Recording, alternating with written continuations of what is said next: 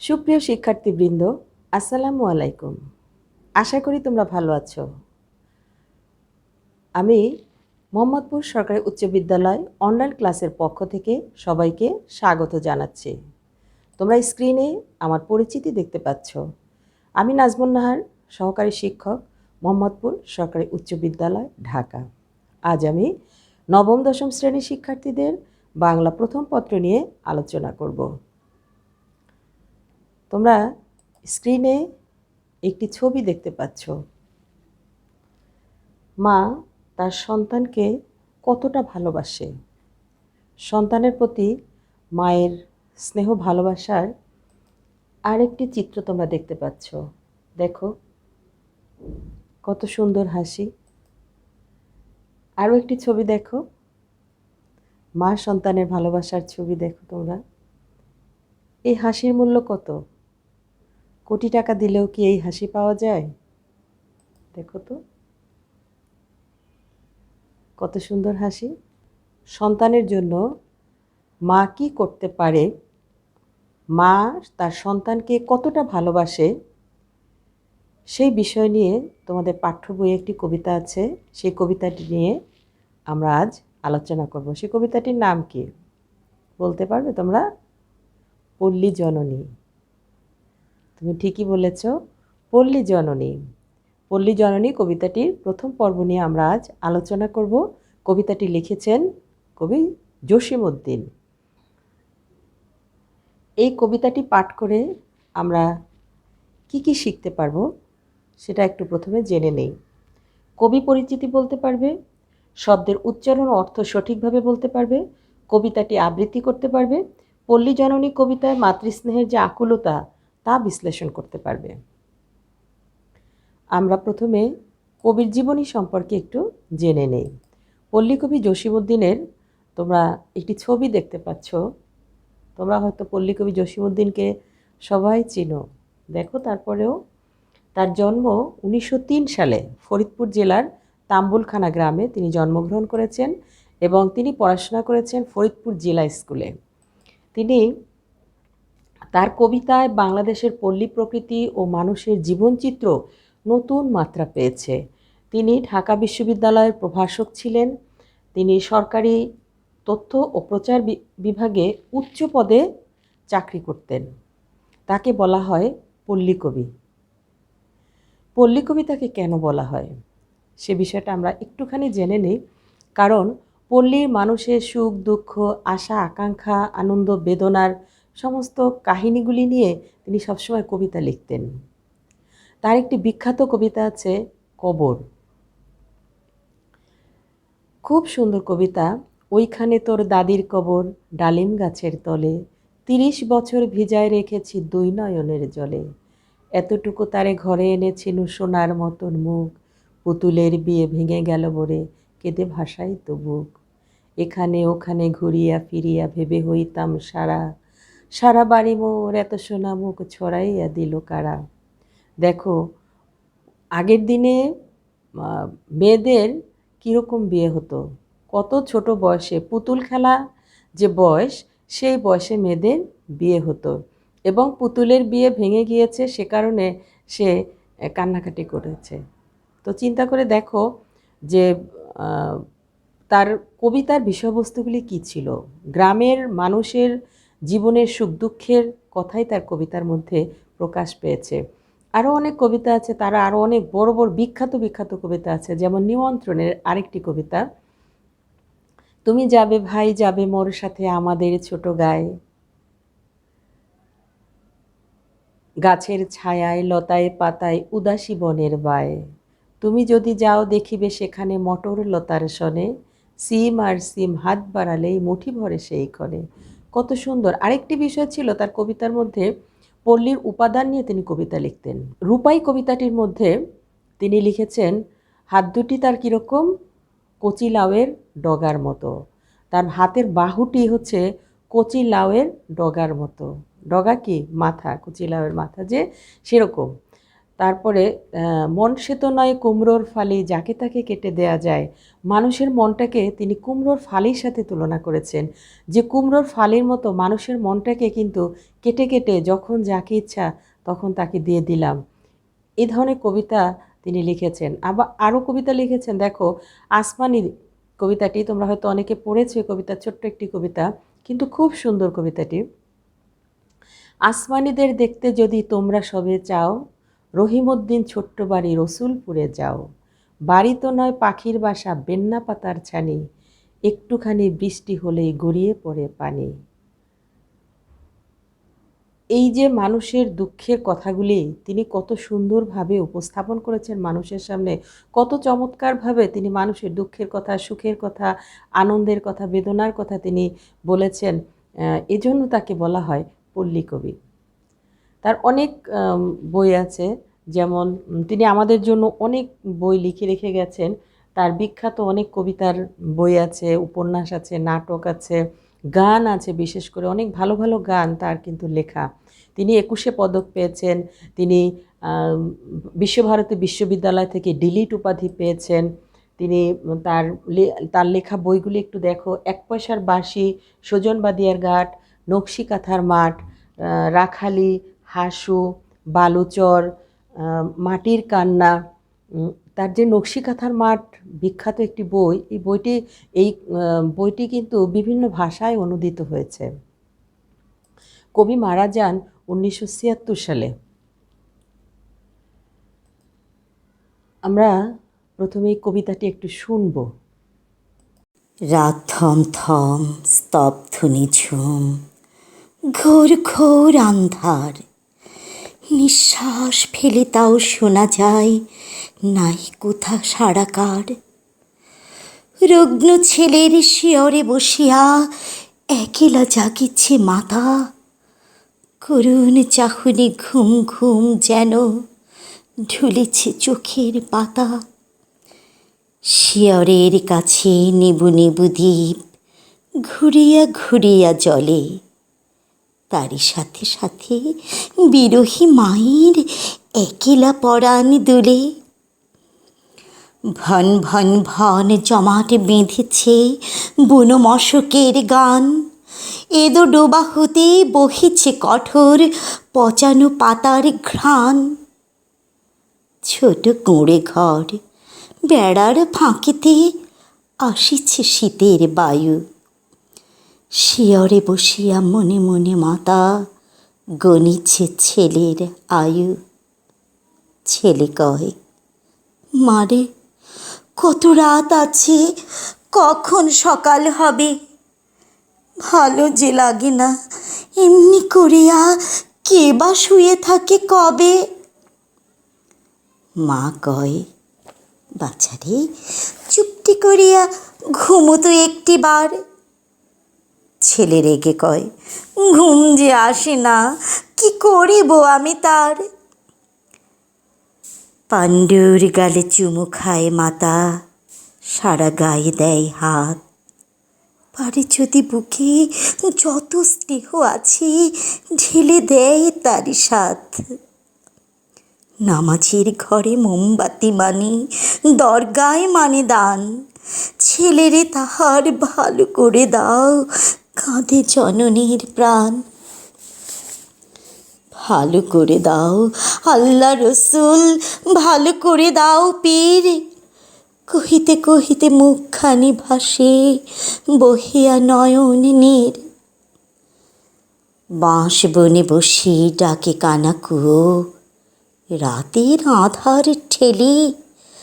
বাদর পাখার বাতাসেতে পড়ে সুপারির বন হেলে। চলে বুনো পথে জোনাকি মেয়েরা, কুয়াশা কাফন ধরে। তুচ্ছাই কিবা শঙ্কায় মার পরাণ উঠেছে ভরে। যে কথা ভাবিতে পরাণ শিহরে, তাই ভাসে হিয়া কোণে। বালাই বালাই ভালো হবে জাদু, মনে মনে জাল বনে। ছেলে কয়, মাগো পায়ে পড়ি বলো, ভালো যদি হই কাল। করিমের সাথে খেলিবারে গেলে দেবে না তো তুমি গাল? আচ্ছা মা, বলো, এমন হয় না রহিম চাচার ঝাড়া এখনই আমারে এত রোগ হতে করিতে পারে তো খাড়া? মা কেবল বসে রুগ্ন ছেলের মুখ পানে আঁখি মেলে, ভাষা ভাষা তার যত কথা যেন সারা প্রাণ দিয়ে গেলে।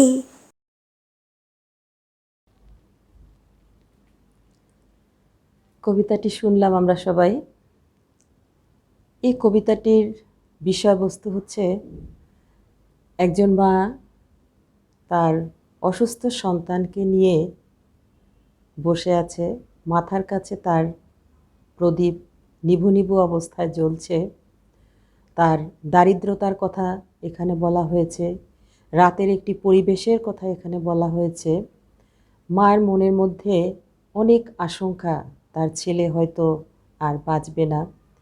এই আশঙ্কাগুলির কথা এখানে বলা হয়েছে। কিছু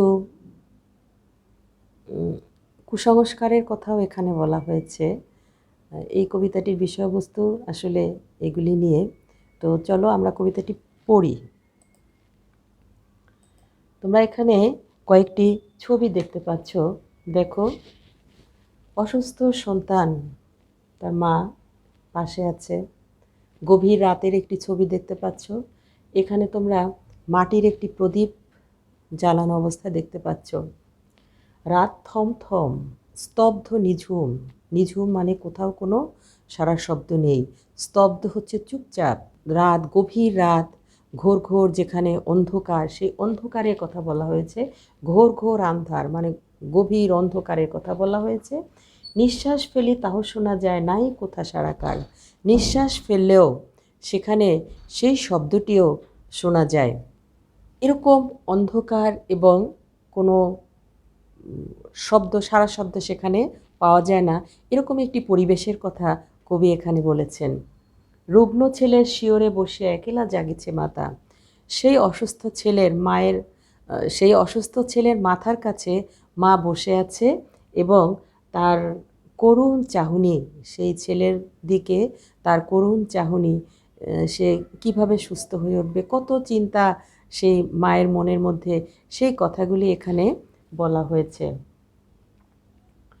ওই যে বাতিটা যে জ্বলছে, সেই বাতিটা জ্বলার সাথে সাথে, অর্থাৎ নিবু নিবু যে বাতিটা জ্বলছে, তার মায়ের পরাণটাও ঠিক, মায়ের প্রাণ, তার আশঙ্কার কথাগুলিও কবি এখানে এভাবে বোঝাতে চেয়েছেন। অর্থাৎ ওই প্রদীপটা যেভাবে জ্বলছে, মায়ের মনের অবস্থাও ঠিক এখন ওরকম। তোমরা এখানে আরও কয়েকটি ছবি দেখতে পাচ্ছ। দেখো, বাতির ছবি দেখতে পাচ্ছ, এখানে মশার ছবি দেখতে পাচ্ছ, এখানে দেখো এতো ডোবা, এই যে ডোবার মধ্যে বন বন করে মশা, এখান থেকে পচা, এই যে গাছের পাতা এগুলি পচে গন্ধ আসছে। এই যে দেখো তার বাড়ির পাশে এই যে এদো ডোবা, এই মানে কুড়ে ঘরের একটি মানে পরিবেশের কথা এখানে বলা হয়েছে, যে তারা খুবই দরিদ্র পরিবার, তাদের যে অবস্থা, সেই পরিবেশের অবস্থাটার কথাই এখানে আসলে কবি বোঝাতে চেয়েছেন। এখানে আরেকটি ছবি দেখতে পাচ্ছ, অসুস্থ সন্তানের পাশে তার মা বসে আছে। শিয়রের কাছে নিবু নিবু দ্বীপ ঘুরিয়া ঘুরিয়া জ্বলে। ছেলের মাথার কাছে প্রদীপ ঘুরে ঘুরে জ্বলছে, আর তার সাথে সাথে বিরহী মায়ের একেলা পরাণ দোলে। অর্থাৎ এই নিস্তব্ধতার মধ্যে মায়ের পরাণও, মায়ের প্রাণও ঠিক এভাবেই মনে হয় যেন আশঙ্কার কথাগুলি তার মনে হচ্ছে বারবার। ভন ভন ভন জমাট বেঁধেছে বুনো মশকের গান। ভন ভন করে যে বুনো মশা, ওই যে বনের মধ্যে, বনও হচ্ছে বন, বনের মধ্যে যে এই মশাগুলি ভন ভন শব্দ করছে, সেই শব্দটাও এখানে শোনা যাচ্ছে। এদো ডোবা হতে বহিছে কঠোর পচানো পাতার ঘ্রাণ। ওই যে এদো ডোবা, এই যে এদো ডোবাটি দেখতে পাচ্ছ, এই এই ডোবার মধ্যে পাতা পচে গন্ধ বের হয়েছে, সেই গন্ধটা পাচ্ছে আর কি মা। অর্থাৎ তার দারিদ্রতার একটি চিত্র এখানে আমরা দেখতে পাই, একটি পরিবেশের কথা এখানে কবি বলতে চেয়েছেন। এখানে তোমরা আরও দুটি ছবি দেখতে পাচ্ছ। দেখো, একটি কুঁড়ে ঘরের ছবি, বা এই যে বেড়াটা একটু ফাঁকা, এখান থেকে হয়তো শীতের বাতাসটা ভিতরে ঢুকছে। এখানে দেখো আরেকটি শিশুর ছবি দেখতে পাচ্ছ। ছোট্ট একটা ছেলে শুয়ে আছে, অর্থাৎ অসুস্থ সন্তান, তার কাছে মা বসে আছে। ছোট কুঁড়ে ঘর বেড়ার ফাঁকেতে আসিছে শীতের বায়ু। সেই সময়টা ছিল শীতের সময়, এবং তাদের দারিদ্রতায় ভরা যে তার ঘরটি, ছোট্ট কুঁড়ে ঘরটি, সেই কুঁড়ে ঘরের বেড়ার ফাঁক দিয়ে বাতাস ঢুকছে।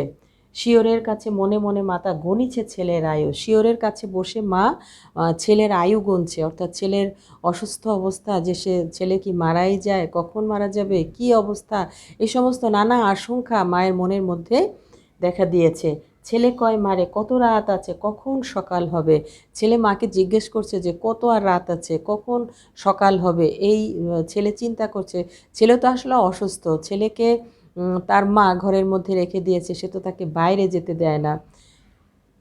ভালো যে লাগে না এমনি করিয়া কে বা শুয়ে থাকে কবে, অর্থাৎ আর তো ভালো লাগে না এত সময় শুয়ে থাকতে, তার তো ভালো লাগে না। কে শুয়ে থাকে এত সময় ধরে? মা, ছেলে তার মাকে বলছে এটা। এখানে দেখো আরেকটি ছবি, দেখো সন্তানের পাশে মা চিন্তা করছে আর কি। মা অসুস্থ, ছেলের পাশে মা বসে আছে। মা কয় বাছারে চুপটি করিয়া ঘুমোতে একটিবার। মা ছেলেকে বলছে যে তুই একবার চুপ করে শুয়ে থাক, ঘুমিয়ে থাক। ছেলে রেগে কয় ঘুম যে আসে না, কি করিব আমি তার। ছেলে মাকে বলছে তার তো ঘুম আসে না, সে এখন কি করবে।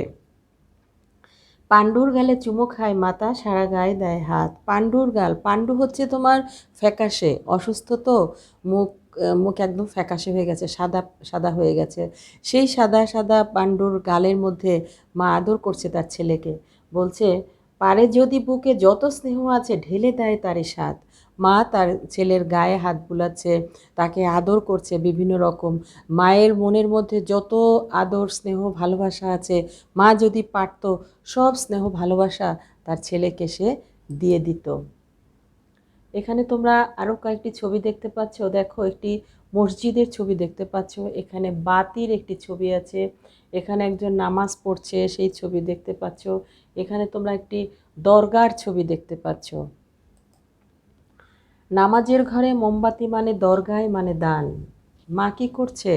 নামাজের ঘরে মোমবাতি মানে, অর্থাৎ গ্রামের মানুষরা যে নামাজ পড়ে, অর্থাৎ সেখানে হয়তো কারেন্ট নাই বা বাতি জ্বালানোর সেরকম অবস্থা নাই, তো মা মানত করছে ছেলের জন্য যে মানে মানে মানত করা। মা বলছে যে যদি তার ছেলে সুস্থ হয়ে যায় তাহলে সে কী করবে? মসজিদে যারা নামাজ পড়ে তাদের জন্য সে মোমবাতি জ্বালিয়ে রাখবে। আর কি করবে? দরগায়ও সে দান করবে। ছেলেরে তাহার ভালো করে দাও, কাঁদে জননীর প্রাণ। ছেলেকে ভালো করার জন্য তার মন প্রাণ কাঁদছে। কীভাবে তার ছেলেকে সুস্থ করা যায় সমস্ত চেষ্টাই মা করছে। ভালো করে দাও আল্লাহ রসুল, ভালো করে দাও পীর, কহিতে কহিতে মুখখানি ভাসে বহিয়া নয়ন নীর। সে আল্লাহ রসুলের কাছে দোয়া করছে যে তার ছেলে যেন সুস্থ হয়ে যায়।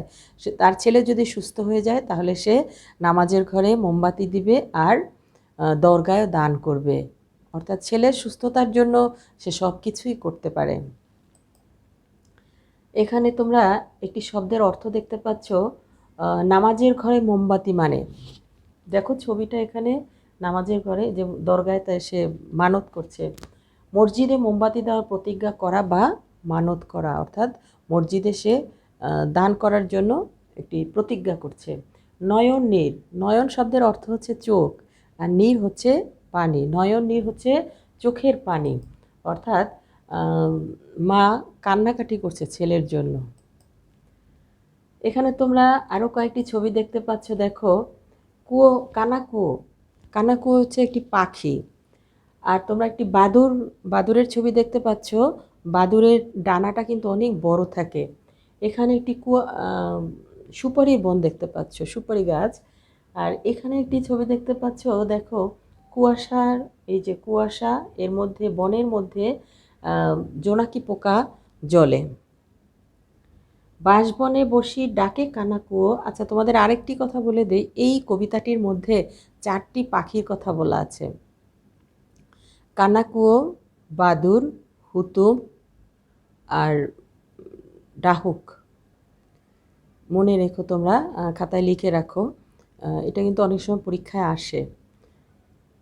বাঁশবনে কানাকুয়ো পাখি ডাকছে, এটা একটি অকল্যাণ। রাতের আধার ঠেলে অন্ধকার রাতের মধ্যে কানাকুয়ো পাখি ডাকছে। বাদুর পাখার বাতাসেতে পড়ে সুপুরির বন হেলে। বাদুরের পাখাটা কিন্তু অনেক বড়। সে যখন ডানা ঝাপটায় তখন এত জোরে ঝাপটা দেয় যে ওই সুপারির যে গাছগুলি সেগুলি মনে হয় যেন হেলে পড়ে। অর্থাৎ সুপারি গাছের মাথা উপরের দিকে, মাথার দিকে আর কি, উপরের দিকে একটু চিকন থাকে বেশি। তো সে যখন ডানা ঝাপটায় তখন সেটা সুপুরি গাছটা মনে হয় যেন হেলে পড়ে। চলে বুনো পথে জোনাকি মেয়েরা কুয়াশা কাফন ধরি। বুনো পথ মানে বনের পথ দিয়ে যখন কুয়াশা এই জোনাকি পোকা যায় তখন মায়ের মনে হয় যে কেউ মনে হয় একটা কাফন মনে হয় তার দিকে, বাড়ির দিকে আসছে। অর্থাৎ চলে বুনো পথে জোনাকি মেয়েরা। জোনাকি মেয়েরা কি করে? জোনাকি পোকা বনের পথ দিয়ে যায়, আর মা কি মনে করছে যে কাফন নিয়ে তার দিকে আসছে। কুয়াশা কাফন ধরি, কুয়াশাকে সে কাফনের সাথে তুলনা করছে, যে কুয়াশাটাই মনে হয় কাফনের কাপড় নিয়ে আসছে। দুশ্চাই কিবা শঙ্কায় মার পরাণ উঠেছে ভরে। মার মনের মধ্যে আশঙ্কা যে দুশ্চাই আমি এগুলি কি চিন্তা করছি, অর্থাৎ কাফনের কাপড় কেন নিয়ে আসবে আমার সন্তানের জন্য, কাফনের কাপড় নিয়ে আসবে এই কথাটি মা চিন্তা করছে, যে কাফনের কাপড় নিয়ে আসবে, এই যে কানাকুয়ো ডাকছে, এগুলি সব অকল্যাণ। এই অকল্যাণের কথা আমি কেন চিন্তা করছি। এখানে তোমরা আরও কয়েকটি ছবি দেখতে পাচ্ছ। দেখো, মা তার সন্তানের সামনে বসে আছে। একটি বাতির ছবি দেখতে পাচ্ছ, আর একজন কান্নারত একজন মায়ের ছবি তোমরা এখানে দেখতে পাচ্ছ। দেখো, যে কথা ভাবিতে পরাণ শিহরে তাই ভাসে হিয়া কোণে। অর্থাৎ যে কথা চিন্তা করতে মায়ের মন শিহরিয়ে ওঠে। অর্থাৎ সে কেন এরকম কথা চিন্তা করছে, এই যে কানাকুয়ো ডাকছে, এই বাদুর পাকা বাতাস দিচ্ছে, এই কাফন নিয়ে আসছে কুয়াশারা, জোনাকি মেয়েরা, কেন সে এই চিন্তাগুলি করছে। হিয়া শব্দটির অর্থ হচ্ছে মন। মনের মধ্যে কেন এরকম চিন্তা আসছে তার। বালাই বালাই ভালো হবে জাদু, মনে মনে জাল বনে। জাদু বলছে তার ছেলেকে, আদর করে বলছে যে এগুলি কিছুই না, এগুলি ভালো হয়ে যাবে, আমার ছেলে, আমার জাদু সুস্থ হয়ে যাবে, আমি এগুলি কেন চিন্তা করি। ছেলে কয় মাগো পায়ে পড়ি বলো, ভালো যদি হই কাল। ছেলে বলছে যে আমি যদি ভালো হয়ে যাই কালকে, তাহলে কি হবে? করিমের সাথে খেলিবারে গেলে দিবে না তো তুমি গাল। করিমের সাথে কিন্তু তাকে খেলতে যেতে দিতে হবে। মায়ের কাছ থেকে সে একটি শর্ত দিয়ে নিল যে সে যদি কালকে সুস্থ হয়ে যায় তাহলে কিন্তু সে করিমের সাথে খেলতে যাবে, তুমি কিন্তু তখন তাকে বকা দিতে পারবে না। মাকে বলছে ছেলে। দেখো, এখানে একজন ঝাড়ফুঁক করে যে গ্রামের, এ ধরনের একজন মানুষকে দেখতে পাচ্ছ। পীর ফকির যারা, ফকির পীর না, ফকির যারা, তারা ঝাড়ফুঁক করে। এখানে আসলে একটি কুসংস্কারের কথা বলা হয়েছে যে ঝাড়ফুঁক করলে কি মানুষ সুস্থ হয়ে যায়। এটা হচ্ছে মানুষের একটি চিন্তা, মানুষের একটি বিশ্বাস যে ঝাড়ফুঁক করলে হয়তো সুস্থ হয়ে যাবে। কিন্তু অসুস্থ হলে মানুষ ডাক্তারের কাছে যাবে, ঝাড়ফুঁক করলে তো মানুষ সুস্থ হবে না। যেহেতু গ্রামের মানুষ এই জিনিসগুলি বেশি বিশ্বাস করে, এ কারণে সেও এটা বিশ্বাস করছে যে আচ্ছা মা বলো, এমন হয় না রহিম চাচার ঝাড়া? মাকে সে বলছে যে মা, যে মনে করো যে রহিম চাচা যদি তাকে ঝেড়ে দেয়, এখনই আমারে এত রোগ হতে করিতে পারে তো খাড়া, এখনই তাকে সমস্ত রোগ থেকে সুস্থ করে তুলবে যদি রহিম চাচা তাকে ঝেড়ে দেয়, মানে ঝাড়ফুঁক করে দেয়। মা কেবলই বসি রুগ্ন ছেলের মুখপানে আঁখি মেলে। মা কি করেছে? তার এই অসুস্থ ছেলের মুখের দিকে তাকিয়ে, অসুস্থ ছেলের মুখের দিকে তাকিয়ে সে চিন্তা করছে, ভাষা ভাষা তার যত কথা যেন সারা প্রাণ দিয়ে গেলে। অর্থাৎ ভাষা ভাষা অনেক কথা তার আজকে মনে পড়ছে। সুপ্রিয় শিক্ষার্থীরা, যতটুকু বললাম তা আরেকবার একটু রিক্যাপ করি। সেটা হচ্ছে যে গ্রামের একজন দরিদ্র মানুষ, তার সন্তান অসুস্থ, সেই মায়ের যে করুণ আকুতি তার সন্তানকে সুস্থ করার জন্য, সেই কথাগুলি আসলে এখানে বলেছে। এখানে একটি পরিবেশের কথা বলেছে যে রাত থমথম, অন্ধকার রাত, যে রাতে কেউ যদি নিঃশ্বাস ফেলে তাহলেও কিন্তু সেই শব্দটিও শোনা যায়। এই অসুস্থ ছেলেকে সুস্থ করার জন্য মা অনেক রকম চেষ্টা করছে, যে দরগায় মানত করছে, মসজিদে আলো দিবে, বাতি দিবে, সে কথাও সে বলছে। আল্লাহ রসুলের কাছে সে দোয়া চাইছে যে আল্লাহ রসুল তাকে তো, তার ছেলেকে তুমি ভালো করে দাও। তারপরে আবার কিছুটা আশঙ্কার কথাও বলছে, যে অর্থাৎ মায়ের মন তো, মা কিন্তু অনেক সময় অনেক কথা চিন্তা করে যে কানাকুয়ো পাখি ডাকছে কেন, এত অকল্যাণ, তাহলে কি আমার ছেলে আর বাঁচবে না? এরকম একটা চিন্তাও কিন্তু তার মনের মধ্যে ছিল। কানাকুয়ো পাখি ডাকছে, বাদুর বাতাস দিচ্ছে, তারপরে যে কুয়াশার কাফন, জোনাকি মেয়েরা কাফনের কাপড় নিয়ে আসছে, তাহলে কি দূর চাই? এই সমস্ত কী চিন্তা করছি আমি? মা মনে মনে ভাবছে যে এই সমস্ত চিন্তা কেন করছে।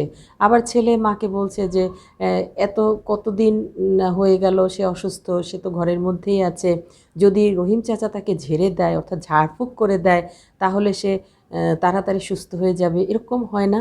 মা কি করছে, তার সন্তানের মুখের দিকে তাকিয়ে তার অনেক কথা তার মনে হচ্ছে যে তার ছেলে সুস্থ হয়ে যাবে। সুপ্রিয় শিক্ষার্থীরা, আমি তোমাদের কয়েকটি অনুধাবনমূলক প্রশ্ন নিয়ে একটু আলোচনা করি। দুধ ছাড়ি কিবা শঙ্কায় মার পরাণ উঠেছে ভুরি, কেন? তার শঙ্কায় পরাণ ভরে গেল কেন? মা সবসময় তার সন্তানকে ভালোবাসে, এবং মা তার সন্তানের জন্য করতে পারে না এরকম কোনো কাজ মনে হয় পৃথিবীতে নেই। কিন্তু আবার শঙ্কার কথাটাও কিন্তু তার বারবারই মনে হচ্ছে। এই কবিতাটির মধ্যে আমরা এই জিনিসগুলিও দেখতে পাই, যেমন বাদুর কানাকুয়ো পাখি ডাকছে, তারপরে বাদুর এমনভাবে বাতাস দিচ্ছে, সেই বাতাসটাও সে শুনছে, অর্থাৎ বাতাসের বনও হেলে যাচ্ছে। জোনাকি মেয়েরা আসছে, মনে হয় যেন কাফন নিয়ে আসছে তার ছেলের জন্য। এত চিন্তা কেন মনের মধ্যে? বলছে যে না, দূর ছাই, এসব আমি কি চিন্তা করি, এগুলি তো আমার চিন্তা করা ঠিক না। তারই সাথে সাথে বিরহী মায়ের একেলা পরাণ দোলে, কথাটি দ্বারা কী বোঝানো হয়েছে? এখানে মায়ের অসুস্থ, বাতি যে জ্বলছে নিভু নিভু অবস্থায়, সেই নিভু নিভু অবস্থাটির সাথে তার মায়ের প্রাণের অবস্থার কথাও এখানে বলা হয়েছে, যে তারই সাথে সাথে বিরহী মায়ের একেলা পরাণ ধরে, মাও কিন্তু সেও একা সেই গভীর রাত পর্যন্ত সে তার সন্তানের জন্য, সুস্থতার জন্য সে অপেক্ষা করে আছে, যে তার মনটাও কিন্তু এখন ওরকম ওই বাতির মতোই মনে হয় যেন এখন জ্বলছে। ছোট কুঁড়ে ঘর বেড়ার ফাঁকেতে আসিছে শীতের বায়ু, ব্যাখ্যা করো। এখানে একটি দারিদ্রতার কথা বোঝানো হয়েছে, যে তাদের পরিবারটা কীরকম। তার একটি ছোট্ট কুঁড়ে ঘরের মধ্যে থাকে, এবং সেই কুঁড়ে ঘরটা হলো বেড়ার ফাঁকা দিয়ে শীতের বাতাস ঢোকে। তারপরে বাড়ির পাশে একটি ডোবা আছে, সেই ডোবাটির মধ্যে মশা ভনভন করে, সেই গন্ধ, সেই শব্দটাও শুনে যায়। তারপরে পুকুরের মধ্যে, সেই ডোবার মধ্যে যে পাতা পচে গিয়েছে, সেই পচা পাতার গন্ধ মনে হয় যেন শোনা যায়, গন্ধটাও আসছে। একটি পরিবেশের কথা এখানে বলছে, দারিদ্রতার কথা এখানে বলা হয়েছে। সুপ্রিয় শিক্ষার্থীবৃন্দ, তোমাদের জন্য রয়েছে আরেকটি বহু নির্বাচনী প্রশ্ন। দেখো, যতদিন যায় দুর্ভোগ তার ততই বাড়িয়া যায়, জীবন প্রদীপ নিভিয়া আসিছে অস্ত রবির প্রায়, উদ্দীপকের সাথে পল্লীজননী কবিতার কোন দিকটি ফুটে উঠেছে?